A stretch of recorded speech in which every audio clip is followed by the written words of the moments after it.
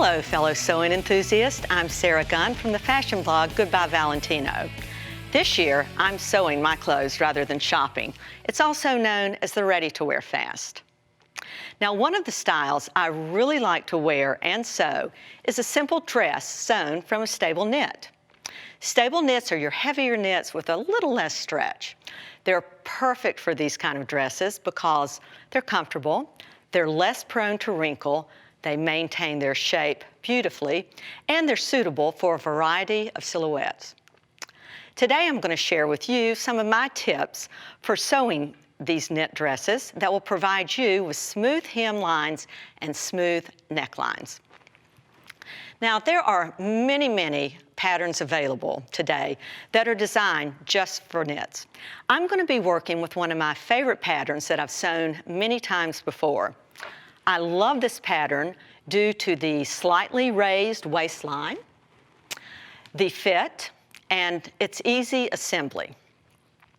Now, before we move on to the dress construction, let's talk about thread for a moment. When a fabric stretches, the seam needs to stretch too, or else it will snap and break. Often, knits are sewn with a narrow zigzag stitch that provides stretch in the seam. But today's stretch threads expand with the fabric, allowing you to use a straight stitch in your seam that will not snap or break when stretched. Let's look. Okay, here is about a 8-inch length of thread, and it easily stretches to another 4 inches. I would say it stretches about 50%. It produces wonderful top stitching as well when you're working with knits. Here's a sample of the straight stitch in this knit, and you see how easily it stretches without snapping. Okay, now I'm wearing a dress sewn from a scuba knit, and that's the fabric I'm going to be working with today. This scuba knit is a little too heavy to comfortably accommodate a neckband or an additional layer of facing. In order to avoid that chunky homemade look, it's necessary to remove all of the excess fabric away from your neckband. So I do this. All right, I have attached the front and back upper bodice at the shoulders. I have finished the shoulder seams, and I have pressed them towards the back. The next thing I do is I run a machine basting stitch around the seam line at about 5/8 inch. Then I fold, or I turn the bodice, the back side of the bodice towards me, and I use this basting stitch as a fold line. And I pin the neckline in place. I first start at large intervals just to secure it. And then, to assure that I don't have any slipping, I go in and I fill in any of the spaces, pinning at about a 1/2 inch interval until it looks like this.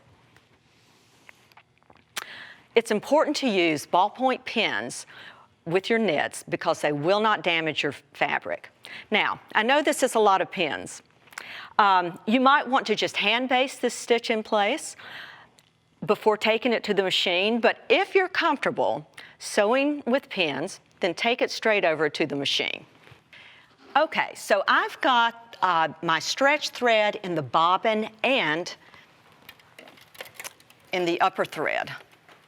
Now, I'm going to stitch about 3/8 of an inch from the edge of the fabric. I go very slow and I leave my needle in the down position.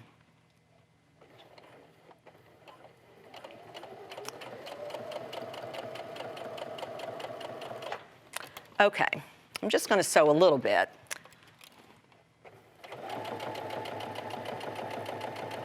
But as you can tell, this stretch thread is producing a beautiful top stitching on the fabric.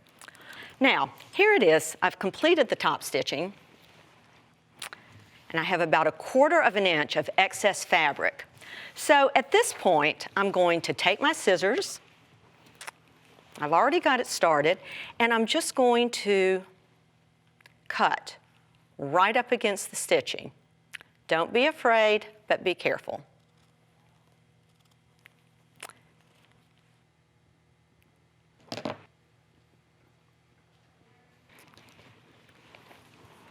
You'll have a nice clean finish for your neckline.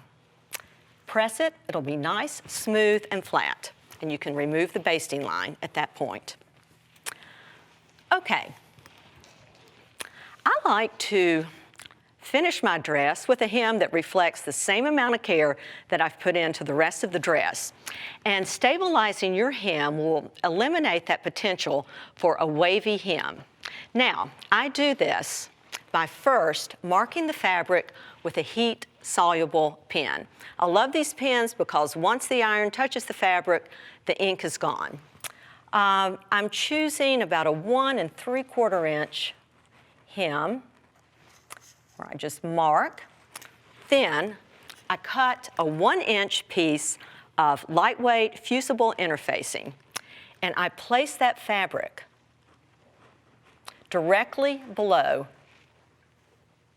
the markings. Now, here it is. It's already adhered to the fabric. Okay, the markings have disappeared from the pen, and so I go in and pin from the back right at the top of the interfacing. Now, the reason I do this is because it marks a fold line. So turning it to the right side, I've got this nice, neat fold line, and I don't have to go back in and find the top of the interfacing. So I pin it again with ballpoint pins.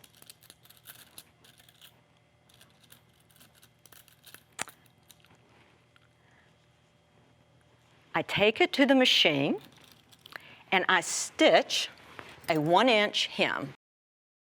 Now, I'm just going to use a single stitching line, but if you like that sportier look, after completing your first stitching line, you can go in and put a second line in right beside it. All right, so here's the hem, the completed hem, and as you can tell, I've got about a 1/2 inch of excess fabric.